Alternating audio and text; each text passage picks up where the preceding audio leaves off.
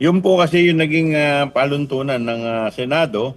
At in fact, kahit naman po sa mga regular court hearing, yung pre-trial ginagawa yan sa clerk of court lang. Hindi po talaga minsan ginagawa yan sa huwes. Okay, thank you. Malinaw po yan. Pero sa pre-trial po, sabi niyo nga po kanina, dun yun magmamark ng evidence, magpapakita o magpe-present ng mga witness na dapat ay, or ipe-present sa hearing, sa trial proper na po talaga.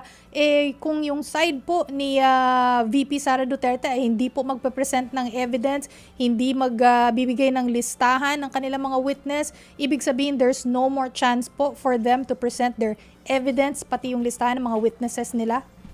Kung hindi po sila magpe-present ng mga ebidensya, ano po yung magiging basehan ng pre-trial order na ilalabas po ng Senado?